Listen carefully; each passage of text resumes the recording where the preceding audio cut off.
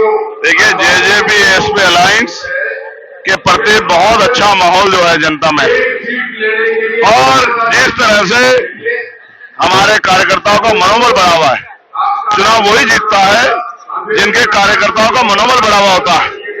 तो साहब ये कहा करते थे कैडर में कि 5 तरह के बल होते हैं, पहला बुद्धि बल, दूसरा बाहुबल, तीसरा जनबल, चौथा धनबल।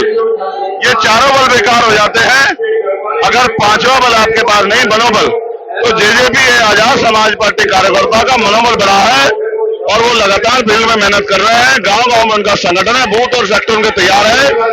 एक वोट जेजेपी-एसपी प्रत्याशियों को पूरे प्रदेश में पड़ेगा और बहुत अच्छा रिजल्ट जो है, पिछली बार से भी ज्यादा अच्छा रिजल्ट गठबंधन का इस बार आएगा।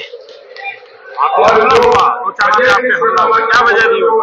अब ये तो वो गुंडे बता सकते हैं जिन्होंने ये गिरीवी हरकत की है। मैं ना इस भाषा को समझता हूं, ना इस भाषा का प्रयोग करता हूं। वो चाहते थे कि माहौल खराब हो जाए, जबकि हुआ उल्टा।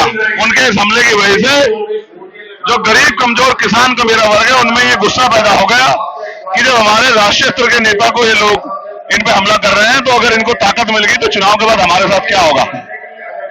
मैंने तो वहां के अधिकारियों से कहा था कि उनकी पहचान सार्वजनिक की जाए कि ये कौन लोग हैं और ये किसके इशारे पे इन्होंने किया। वो शराब पिए हुए लोग थे और जिस तरह का वो आचरण कर रहे थे, कोई भी बड़ी घटना कर रहे थे। हमारे कार्यकर्ताओं को मैं धन्यवाद दूंगा कि उन्होंने धैर्य रखा और हमारी बात को माना और उनके मकसद में उनको कामयाब नहीं होने दिया और हम लोग वहां से चुपचाप चले आए। एक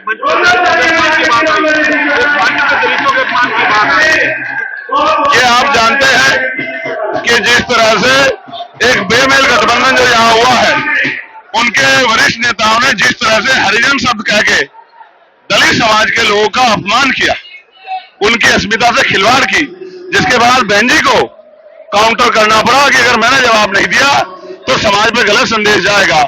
जब वो बाबा साहब अम्बेडकर की विचारधारा को जानते समझते नहीं है, बाबा साहब के लक्ष्य को नहीं समझते हैं, तो वो बाबा साहब के दिए हुए अधिकारों को कैसे समझेंगे, अंतिम पायदान पे जो व्यक्ति है उसके सम्मान का ख्याल कैसे रखेंगे, ये बात हमें समझनी चाहिए।